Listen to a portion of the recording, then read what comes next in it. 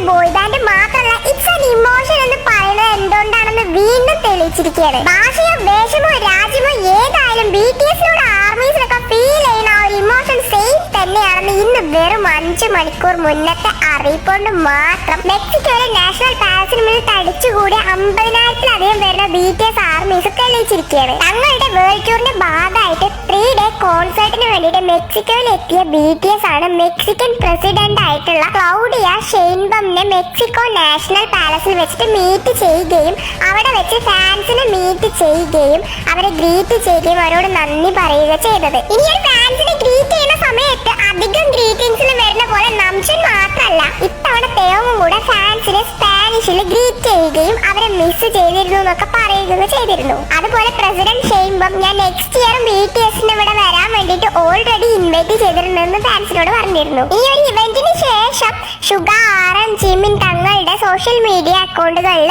ഇതിന്റെ ഒരു വീഡിയോസും ഫോട്ടോസും ഒക്കെ ഷെയർ ചെയ്തിരുന്നു കേട്ടോ. ഈ ഇത്രത്തോളം ഫാൻസ് അവിടെ തടിച്ചുകൂടിയപ്പോ മെമ്പേഴ്സിന്റെ മുഖത്ത് തന്നെ നമുക്ക് ആ ഒരു അന്തം വിടലും അതേപോലെ തന്നെ ആ ഒരു എക്സൈറ്റ്മെന്റ് ഒക്കെ കാണേ. എന്തായാലും ചരിത്രങ്ങൾ തിരുത്തി കുറിച്ചുകൊണ്ടിരിക്കുന്ന BTSന്റെ ചരിത്രത്തിന്റെ ഏടിലേക്ക് ഒരു പുതിയ ഏടും കൂടായി.